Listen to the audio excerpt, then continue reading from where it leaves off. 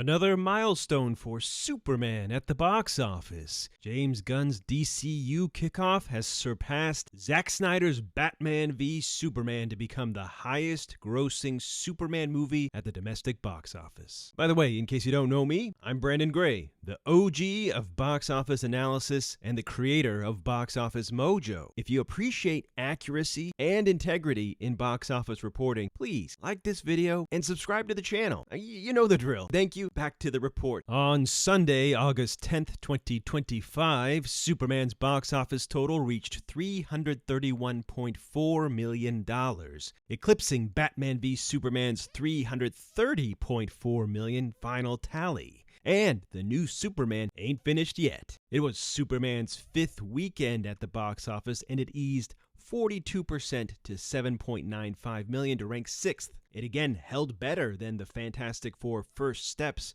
which wilted 59%. So, how did Superman's fifth weekend stack up against comparable movies of the recent past? James Gunn's previous movie, Guardians of the Galaxy Volume 3, made more, but had a steeper drop-off and slightly lower total at this point, culminating in a $359 million final gross. I still maintain that Spider-Man Homecoming was a good comp, given its tone, reboot status, and similar release date back in 2017. It had a stronger fifth weekend than Superman, yet it closed out with $334 million. Matt Reeves' The Batman was bigger, but its business quickly dried up after this fifth weekend. Even though its total at this stage was $349 million, it ended its run at $369. Man of Steel also hit a wall at this point, plummeting 59% and only had $10 million left in the tank, closing out at $291 million. Superman has already legged out significantly better than Man of Steel. Now, some might say that Superman 2025 loses a bit of luster when we adjust for ticket price inflation. That's right, I'm going there. Superman 2025 ranks sixth among all Superman movies, insurmountably behind Batman v Superman and Man of Steel, but it should surpass Superman Returns by the end of its run. Now, I'm sure I'll get flack for bringing up inflation adjustment. It's weird. It seems like an anti-inflation adjustment cult has sprung up recently, even though I'm primarily reporting all of the unadjusted grosses first and foremost. Their minds seem to snap shut at any subsequent whiff of inflation. The sad part is that they often don't seem to understand the type of inflation that I employ.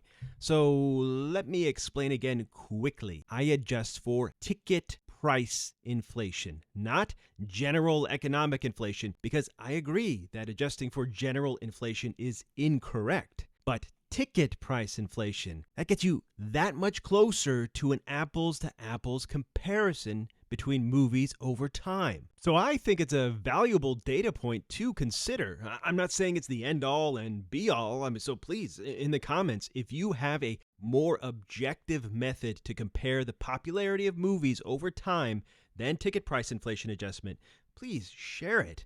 I'm eager to hear it and discuss it further. And for all you inflation haters and dismissers, maybe you should blame me for this apparent bane of your existence. Grab your torch and pitchforks, because I believe we popularized adjusting for ticket price inflation at Box Office Mojo. Not the current form of that site, but back in the day.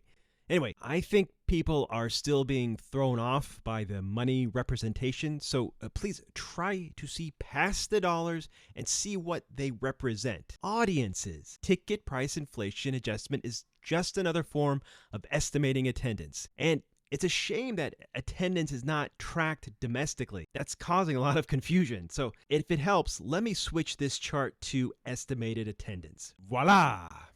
And let me know in the comments which flavor you prefer, ticket price inflation adjustment or estimated attendance. Now, domestic aside, let's talk worldwide box office. Here, Superman ranks fourth for the franchise with $579 million. Well behind Batman v Superman's $874 million, as well as behind Man of Steel's $670 million and Justice League's $661 million. And I don't see the new Superman flying higher than 4th place here. In other words, Man of Steel will, in all likelihood, remain the highest grossing solo Superman movie worldwide. That's because international is not the new Superman's strong suit. As you can see, only $248 million, or 43% of its total so far, is from overseas. It's usually at least a roughly 50-50 split,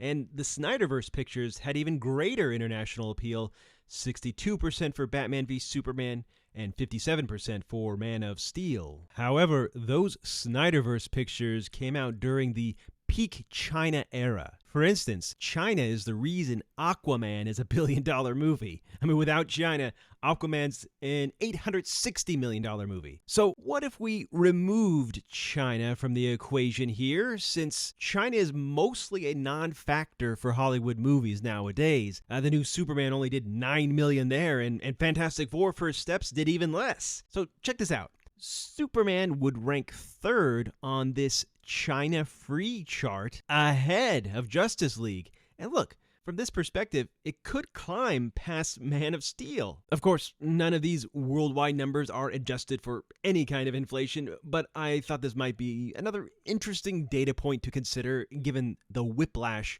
of the China market from the 2010s to the present. And that's a wrap for now. Thanks for tuning into Box Office Revival. We'll keep tracking Superman and more madness at the multiplex, so be sure to like this video if you liked it, share it, and subscribe to the channel, especially if you want to support objective reporting on the box office. This has been Brandon Gray, creator of Box Office Mojo.